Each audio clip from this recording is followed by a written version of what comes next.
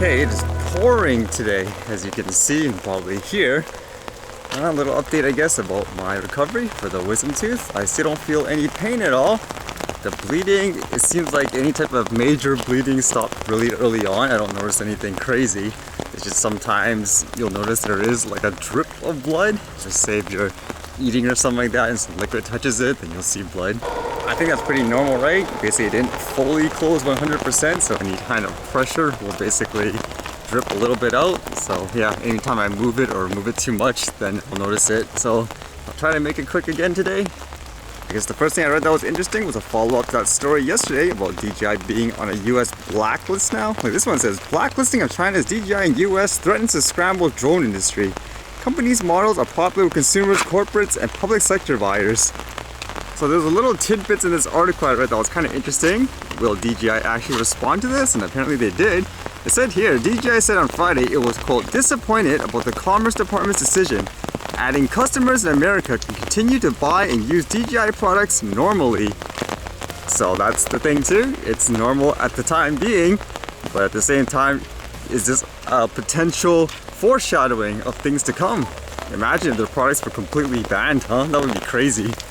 In DJI's opinion, according to this, they're saying it's all for, I guess, commercial reasons. Like they're too big maybe, that's why they want to suppress them. It says, in the past, DJI said it believed it was being targeted for commercial reasons because it dominated the global market for commercial camera drones. And some of these comments, I guess, from competitors, is also what you want to say. It's kind of interesting too. This one says, Brendan Groves, head of regulatory and policy affairs at Skydio, a rival drone maker based in the US, said, quote, it's surprising that DJI wasn't on the list sooner.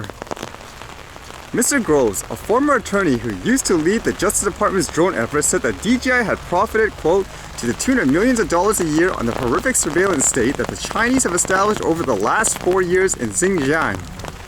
I guess many competitors are silently celebrating in their own way to say it leaves more room to them. But would you argue that's bad because less competition means less innovation and stuff like that? And I guess they're not taking it lightly. It says, apart from the narrow group of products, however, the US government said on Friday it would treat any application to sell sensitive technology products to DJI with a presumption of denial. So let's see how this fares, huh? Again, I'm fascinated to see whether or not this affects consumer and commercial purchasing habits. Reading stuff like this, are you going to anticipate something in the future where they'll say, nope, this stuff is completely banned? Honestly, for myself, if I was to stop using their products or not think of buying theirs, but instead of competitors, it would be for stuff such as those geofence, which I don't really agree with. If you have the full permission and stuff like that, it seems kind of awkward to have to go through this company to give you permission afterwards. But at the same time, just general business stuff, I mean, bad customer service, for example, factors like that. This stuff like this, politics stuff, I personally don't think it's too big of a factor for a person like myself. But yeah, overall, let's see if it increases competition and all that. If it's better, who knows? And one interesting thing, if you think it's been raining a lot, yes it has.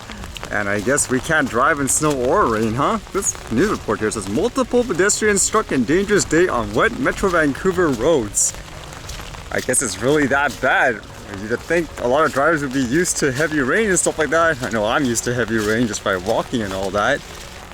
Actually, for the wisdom tooth stuff, they suggest you rinse it out with salt water and stuff like that. It actually makes me wonder why you never are taught that as a child, for example. You're taught to brush your teeth and so forth. People use mouthwash, like those commercial ones. Why don't they actually teach you to rinse out with salt too, if it's supposed to be 100% safe and really good? Most of the animals are hiding today too. The rain is too harsh.